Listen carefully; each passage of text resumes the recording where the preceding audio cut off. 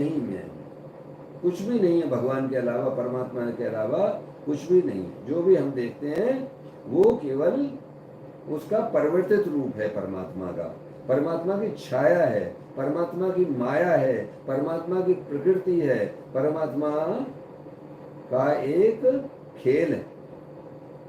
उसको आप कुछ भी नाम दीजिए। तो अल्टीमेटली क्या है, वो भी परमात्मा का ही तो क्या है, सब कुछ परमात्मा ही परमात्मा है, इसके अलावा कुछ और है ही नहीं। यदि मैं गिनने लगूं तो किसी समय परमाणु की गणना तो हो सकती है, परमाणु की गणना परमाणु की गणना की जा सकती है क्या? एक भी कोई, जहाँ पे हम पिन रखते हैं वहां पे भी करोड़ों परमाणु होते हैं। जहाँ पे इतनी जगह में जहाँ हमने एक पेन की नोक रखी, जहाँ पे नोक रखी है वहां भी करोड़ों परमाणु होते हैं। तो क्या उनकी गिनती करी जा सकती है 1 2 3 4 5 6? उनके लिए कोई गिनती करी जा सकती है? वो कहते हैं कि लेकिन परमाणु की गिनती तो की जा सकती है, लेकिन मेरी विभूतियों की गणना नहीं की जा सकती। इनकी कोई संख्या ही नहीं है, असंख्य संख्या है। क्योंकि जब मेरे रचे हुए कोटि कोटि ब्रह्मांडों की गणना नहीं की जा सकती। इसको पकड़ना जरा, इस सेंटेंस को जो अब मैंने अब बोल रहा हूं यहां से, क्योंकि से। क्योंकि जब मेरे रचे हुए कोटि कोटि ब्रह्मांडों की गणना नहीं हो सकती है, तब मेरी विभूतियों की गणना तो हो ही कैसे सकती है? अखिल ब्रह्मांडों की संख्या का उसकी नंबर नहीं बताया जा सकता। इनफाइनाइट है वो, इनफाइनाइट, अनंत। इसीलिए कहा गया है हरि अनंत हरि कथा अनंता। तो ऐसा समझो कि जो भी तेज, श्री, कीर्ति, ऐश्वर्य, लज्जा, त्याग, सौंदर्य, सौभाग्य, पराक्रम, तितिक्षा, विज्ञान और श्रेष्ठ गुण हो, वे सब मेरे ही अंश हैं।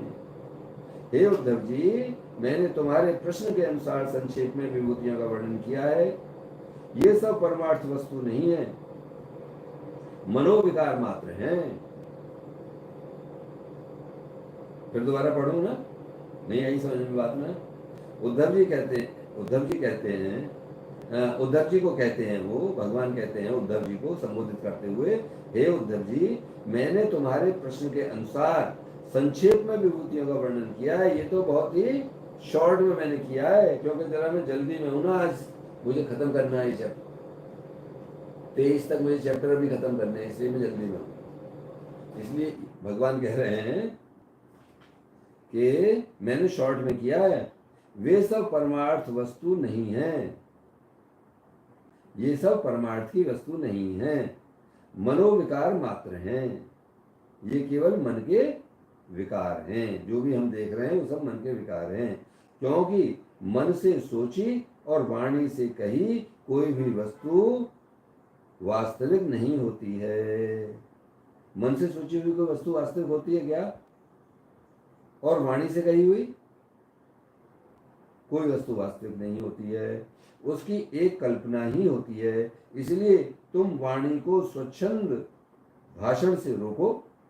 अब क्या करो, ये इसको बिल्कुल अंडरलाइन कर लो एकदम से, कि तुम अपनी वाणी को स्वच्छंद भाषण से बोलो। कुछ भी बोल दिया जबान से, कुछ भी कह दिया, कभी भी कह दिया, कोई लगाम ही नहीं है जबान पे, तो स्वच्छंद वाणी भाषण से रोको।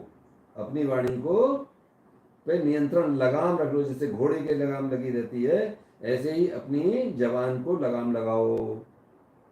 मन के संकल्प विकल्प को बंद करो और इसके लिए प्राणों को वश में करो और इंद्रियों का दमन करो। प्राणों को वश में करो, इंद्रियों का दमन करो और वाणी पे लगाम लगाओ और मन के संकल्प विकल्प को बंद करो। ये 4 बातें आप 1 2 3 4 करके लिख लो। जिसके पास पेन पेपर नहीं है ले ले। वाणी को स्वच्छंद भाषण से रोको, नंबर 1। मन के संकल्प विकल्प बंद करो, प्राणों को वश में करो। प्राण को वश में कैसे करते हैं? प्राणायाम द्वारा, अभ्यास द्वारा प्राणों को वश में करो और इंद्रियों का दमन करो। इंद्रियां आप पे राज न करें, आप इंद्रियों पर राज करो।